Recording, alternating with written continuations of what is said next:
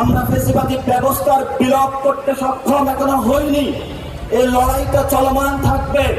তেমনি ভাবে নতুন বন্দোবস্ত এবং একটি মর্যাদাকর রাষ্ট্র প্রতিষ্ঠার জন্য যে সংগ্রাম, আগামীর বাংলাদেশের শতকে শতকে এই সংগ্রামের যে ঝান্ডা এবং পতাকা যাদের নেতৃত্বে বাংলাদেশে উঠবে, তারা হলো আগামীর বাংলাদেশের যুব শক্তি।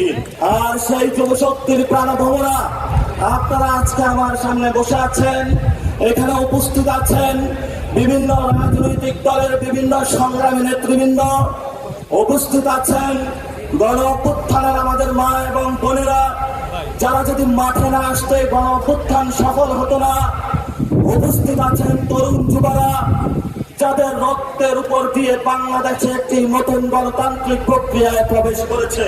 আলেমদের অবদান 47-এ ছিল, আলেমদের অবদান মুক্তিযুদ্ধে ছিল, আলেমদের অবদান 75 পরবর্তী ছিল, আলেমদের অবদান 90-তে ছিল, আলেমদের অবদানে 24-ও ছিল।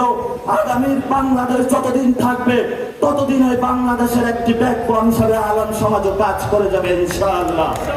আমরা আলেম সমাজের সেই স্যাক্রিফাইসকে আমাদের হৃদয় থেকে স্মরণ করছি এবং আপনাদের হৃদয় থেকে আপনাদের এই কোরবানি আমরা ইতিহাসে এই যুবশক্তি আপনাদের আজীবন স্মরণ করে যাবে ইনশাআল্লাহ।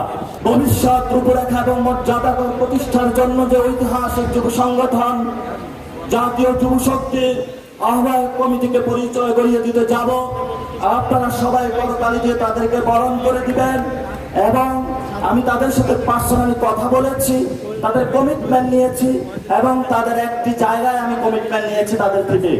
সেই কমিটমেন্টের জায়গা হলো, জীবন যতদিন আছে, প্রাণ বায়ু যতক্ষণ শরীরে আছে, বাংলাদেশ রাষ্ট্রের যদি অস্তিত্ব থাকে, জীবনের উপর দিয়েও তারা আগামীর বাংলাদেশকে রক্ষা করে যাবে ইনশাআল্লাহ। সেই কমিটমেন্টের জায়গায় আমাদের আজকে এই জাতীয় যুব শক্তির আহ্বায়ক হিসাবে আমি মনোনয়ন করছি অ্যাডভোকেট মোহাম্মদ তরিকুল ইসলাম। আপনারা সবাই তাকে করতালি দিয়ে বরণ করে নিন।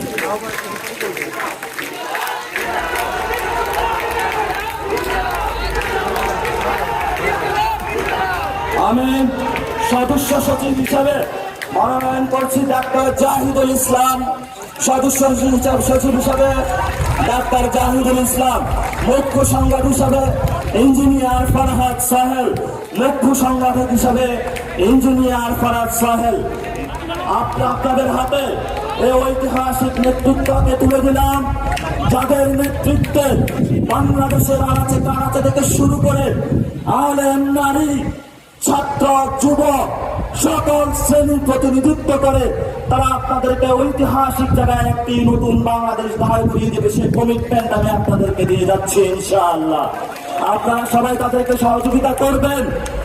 সবাই হাত তুলে আজকে আমরাও কমিটমেন্ট দিই যে প্রত্যেকটা জায়গায় আমরা ভাই এবং বোন হিসেবে কাজ করব এবং জাতীয় যুব শক্তিকে বাংলাদেশের সবচেয়ে বড় একটি জনগণের শক্তি হিসাবে ইনশাআল্লাহ দাঁড় করাবো। আপনাদের সেই কমিটমেন্টের জায়গায় আপনাকে ধন্যবাদ জানাচ্ছি।